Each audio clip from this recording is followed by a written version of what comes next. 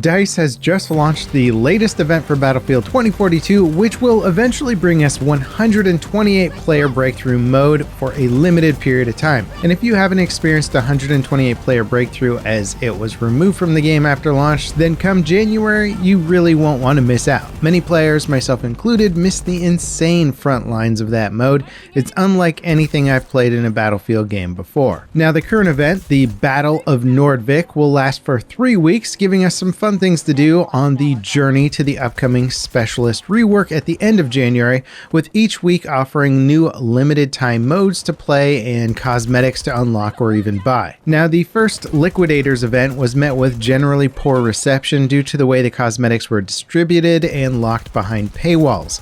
This time around, DICE seems to have a much better delivery system with plenty more items that can be had for free. Each week of the next 3 weeks will bring a different mode and a new series of cosmetics to unlock. This week's mode is Conquest Assault. Now, if you never played Conquest Assault from previous games, this is a 32v32 take on the classic mode, this time around with no air vehicles. It's kind of like Conquest, but the twist is that the defenders start with all of the objectives captured before the round starts, but they don't have an HQ, so the only way to spawn in is on captured objectives. If the attackers take all of those objectives and wipe out the enemy team, then they win the round, regardless of how much time is left or what the scoreboard is. Attackers also start with extra tickets to give them a real chance of making a comeback at the start. I played a bunch of rounds this morning and the mode plays out pretty well. It's certainly nice to have a breather from the VTOLs and Hinds that patrol on the Spearhead map. The attackers get enough vehicles to make some good breakthrough opportunities at the start, and I've had some games come down to literally 7 ticket difference at the very end. It feels like there's a bit more running around this time due to the vehicle shortage, but Spearhead is a fun enough map that you'll usually end up in a battle on your travel from one point to another.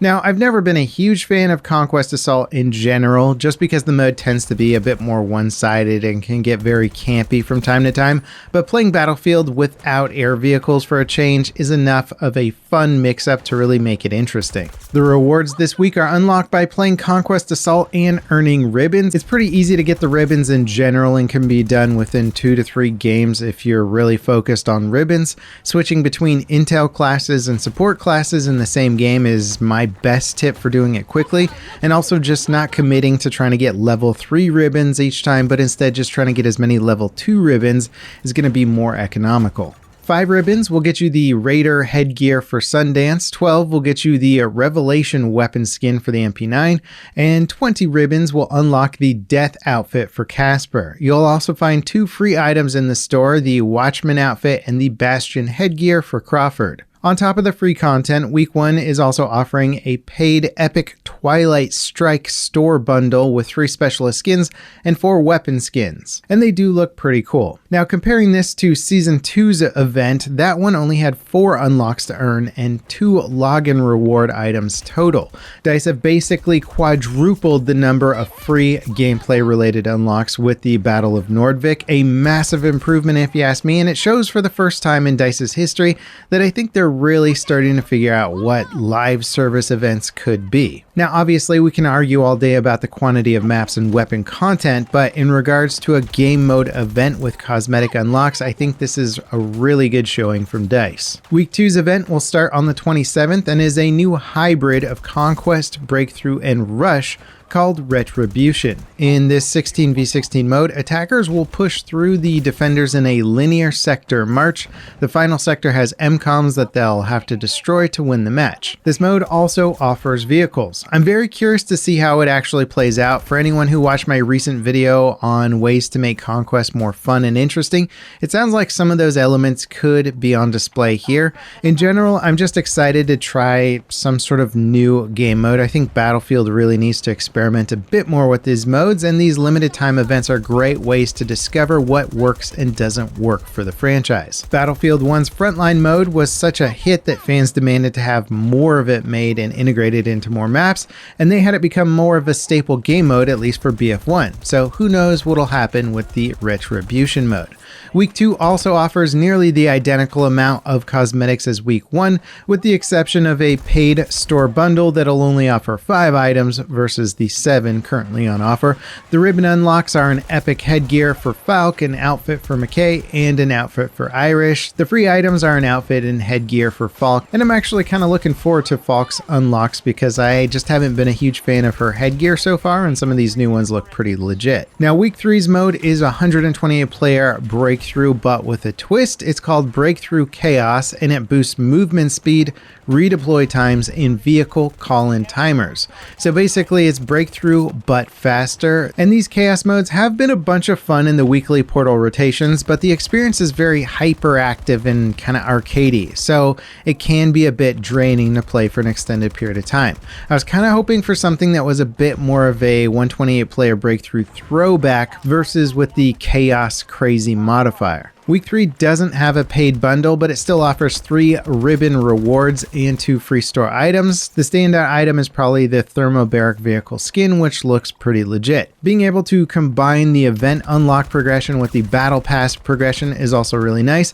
It feels like there's almost an unlock happening every round. So far, Season 3 has really learned a lot from the previous battle passes and the events, and it's making massive improvements on all fronts. And regardless of how you feel about 2042, I hope this event rollout and cosmetic progression becomes the new baseline for Battlefield games moving forward.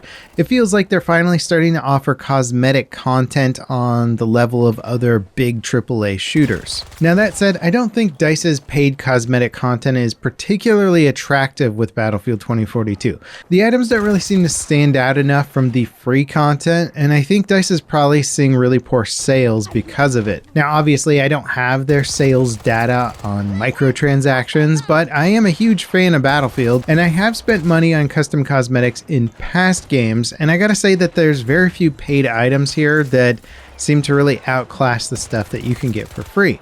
It doesn't make me particularly interested in dropping real money on any of the cosmetics because they're just not that cool compared to the free stuff. I think DICE should definitely work on boosting the quality of their paid cosmetics, not lowering the quality of the free stuff, making the paid stuff even better. Anyway, that's my opinion on the cosmetic situation. I'd be curious to hear what you think, both about the new event compared to the past event, and if you've spent any money on the paid cosmetics in 2042, or if they're just not interesting to you. Plus, I'd be curious to hear what you think about the current seasonal event and what maybe could be improved for the next seasonal event. I think DICE has really knocked it out of the park this time around, but you know, there's always room for improvement. Also, here's that video where I was talking about Conquest being kind of an old, outdated mode and how to improve it to make the next Battlefield more exciting and appealing to the modern gaming audience.